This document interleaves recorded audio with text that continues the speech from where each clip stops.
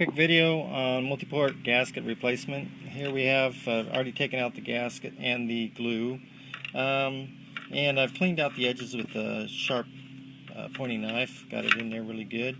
Not a knife, but a screwdriver. Anyhow, then I'll turn the pump on, use the water coming from it to swirl around, flush it out. Goes out the waistline.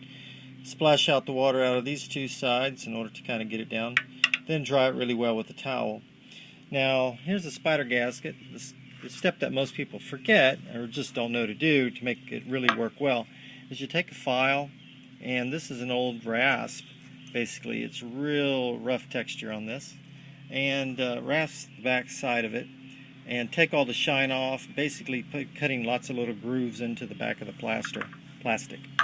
I got that idea from doing bicycle tires years ago when you put a patch on it. And then what I use to do this and glue it down with is goop.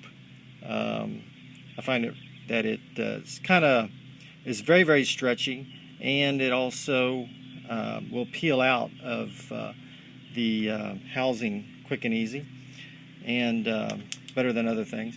And then what I'll do is I'll put the goop on the spokes. And basically, I don't know if I can do this with one hand, but the spokes only. Fit it on here.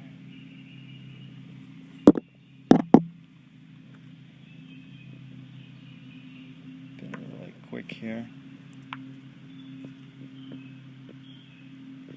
This stuff skins over real quick, so you have to move fairly quickly with it.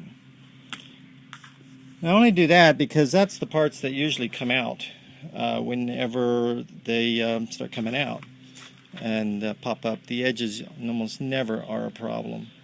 I do this one edge over here because it can come up, but usually not. Then I just go ahead and put the gasket, push the gasket down in there,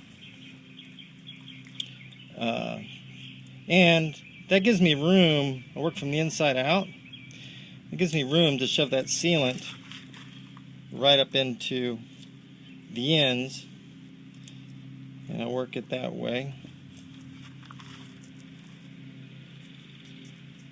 and then work the sealant around the edges, and that's pretty much got it down.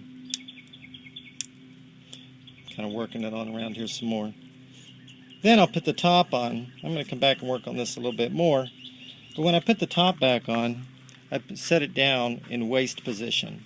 What that does is it will put the pressure on these two, this and this. And these are the ones that, and this one. These are the ones that normally don't take a lot of pressure, or they can give us trouble.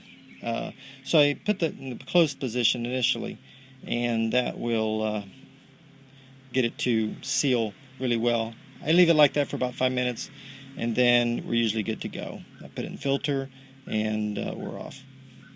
Anyhow, and the other nice thing about the goop is that as it dries, because it'll dry fairly quickly here, this the sealant that I've got on the top of the gaskets will just peel right off.